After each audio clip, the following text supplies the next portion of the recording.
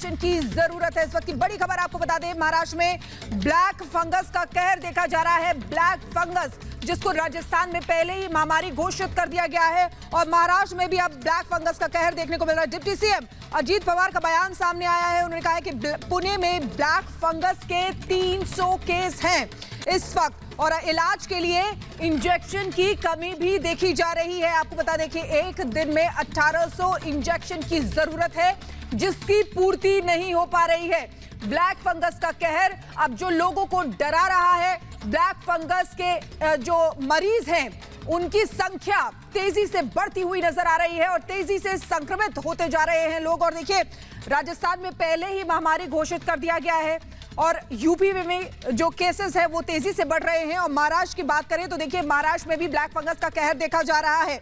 सबसे ज्यादा हमने देखा था कि किस तरीके से डॉक्टर रणदीप गुलेरिया जिन्होंने बताया था कि डायबिटीज के जो पेशेंट्स हैं उनको ज्यादा खतरा है ब्लैक फंगस से, और अब देखिए लगातार ये जो है बढ़ती जा रही है। लेकिन इसमें भी चिंता का विषय ये है कि इंजेक्शन जो है, इंजेक्शन की कमी देखी जा रही है। इलाज के लिए जिस इंजेक्शन की जरूरत है उसकी कमी हो रही है। सत्य प्रकाश हमारे साथ फोन लाइन पर जुड़ गए हैं, उनसे बात करते हैं। सत्य प्रकाश, ये बहुत बड़ी बात है कि ब्लैक फंगस जो सबसे ज्यादा अब डराने लगा है कोरोना के बाद, उसके इंजेक्शन की भी कमी हो रही है, यानी कि इलाज में जिस इंजेक्शन की जरूरत होती है उसकी कमी है। सत्य प्रकाश, क्या जानकारी मिल पा रही है? जी हाँ, महाराष्ट्र में जो स्थिति है बहुत खतरनाक स्थिति होती जा रही है, क्योंकि अब तक 1500 से ज्यादा मामले आ चुके हैं और 90 लोग की मौत हो चुकी है। खासतौर से पुणे का भी जो डिप्टी सीएम अजीत पवार का बयान है कि जिसमें 300 लोग ब्लैक फंगस के मामले आए हैं, जिसमें 1800 इंजेक्शन की जरूरत है, लेकिन इंजेक्शन पा रहा है। काफी भयानक स्थिति है महाराष्ट्र में ब्लैक फंगस को लेकर। 1500 से ज्यादा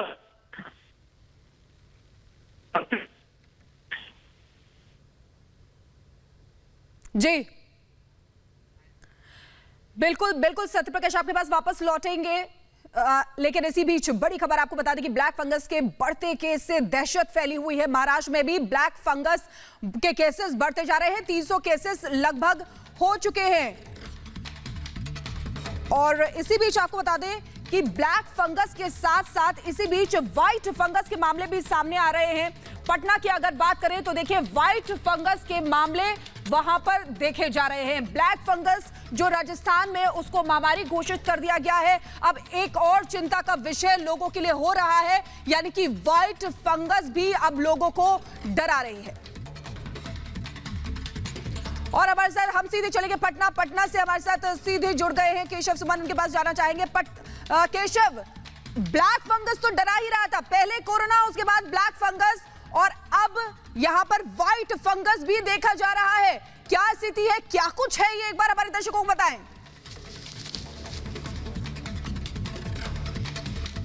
देखिए, मैं प्रकाश सिंह बोल रहा हूं और अभी मैं पॉजिटिव था और पॉजिटिव से निकला हूं। मेरे पूरी फैमिली पॉजिटिव हो गई थी।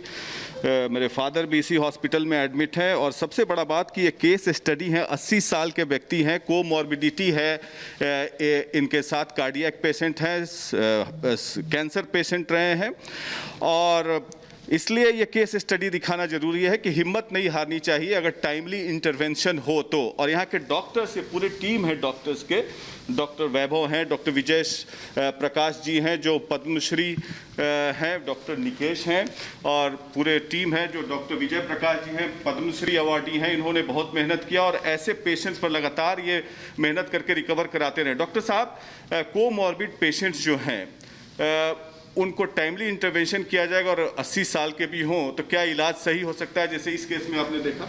देखिए, स्टैटिस्टिक्स कोमॉर्बिडिटी होने पे अगेंस्ट में रहता है, पर timely intervention, strong will power, सही टाइम पे इलाज और प्रॉपर इलाज से ऐसे मरीज भी रिकवर करते हैं, जिसमें कि आपके मरीज एक थे। और ये व्हाइट फंगस का भी मामला आ रहा है, ब्लैक फंगस का मामला आ रहा है, इससे कैसे बचे? क्योंकि पोस्ट कोविड ट्रीटमेंट होता है। व्हाइट फंगस और ब्लैक फंगस सीरियस इश्यू है।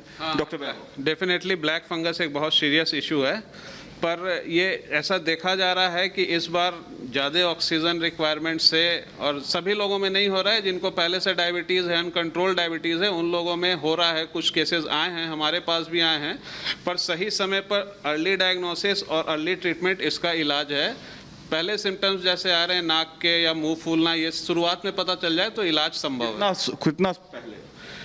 अर्ली सिम्टम्स जब वो ब्रेन में फैल जाता है तब मुश्किल हो जाता है। उससे पहले नाक तक जब होता है, नेजल सिम्टम्स आ रहे हैं, अर्ली बताने पर डायग्नोसिस हो जाएगा और इलाज भी संभव है। कोमॉर्बिड पेशेंट्स का भी इलाज संभव है, जैसा कि आप लोगों ने बिल्कुल सही समय पर सही दवाई बहुत अच्छी, मतलब उससे बिल्कुल सारी बीमारियां ठीक होती हैं। कोविड भी ट्रीटेबल है अगर सही समय पर सही इंटरवेंशन किया जाए।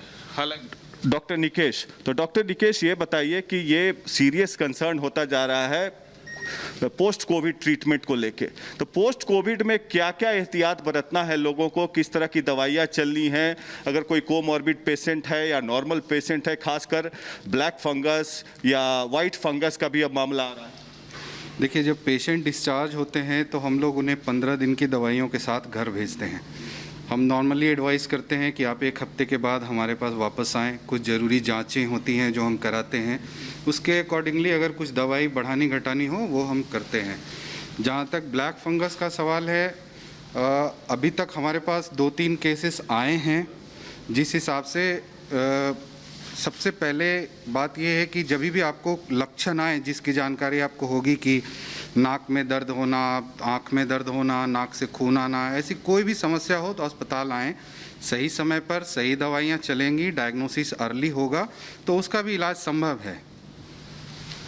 मैं फिर आऊँगा डॉक्टर विजय प्रकाश से। बड़े नाम है ये, पद्मश्री अवार्डी हैं और पूरे ईस्टर्न रीजन में इनकी पूरी प्रसिद्धि है। डॉक्टर प्रकाश, ये बताइए कि जहाँ तक लंग एक्सरसाइजेस की बात है, और आजकल देखा जा रहा है कि काफ़ी यंग पेशेंट्स भी शिकार हो रहे हैं इस बीमारी का, तो जिस तरीके से हम लोग का हेल्थ पैरामीटर्स है या हेल्थ सर्विसेज है वो तो बिल्कुल नकारा साबित हुआ। तो लोग प्राइवेट हॉस्पिटल्स पे डिपेंडेंट है, तो कैसे पूरा इंफ्रास्ट्रक्चर को सुदृढ़ किया जा सकता है, खासकर बिहार के परिदृश्य में? हेल्थ सर्विसेज ओवर स्ट्रेंड हो गया और काफ़ी समस्या आई, और ये एक लंग की बीमारी है जिसमें कि मुख्य रूप से ऑक्सीजन की ज़रूरत ही इनिशियल स्टेज में होती है। तो अभी सुदृढ़ करने के लिए सरकार बहुत ही सीरियस है और इसको राज्यव्यापी पूरे स्तर पे करना होगा। प्रखंड स्तर पे चीज़ों को अवेलेबल कराना होगा, लोगों को शिक्षित करना होगा, डिस्ट्रिक्ट हॉस्पिटल को ठीक करना होगा और टर्शियरी हॉस्पिटल को तो अबंडेंटली ठीक करना होगा। तो खासकर ये केस स्टडी देखा आपने कि कैसे कोई 80 साल का व्यक्ति भी कोरोना से जंग जीत सकता है, जो कैंसर पेशेंट है, कार्डियक, और ये जो सिस्टर्स हैं इन लोगों ने भी काफी अहम रोल प्ले किया है। ये सब बिल्कुल प्रकाश, हम देख रहे हैं और ये सबसे ज्यादा जरूरी है कि लोगों को इस बात की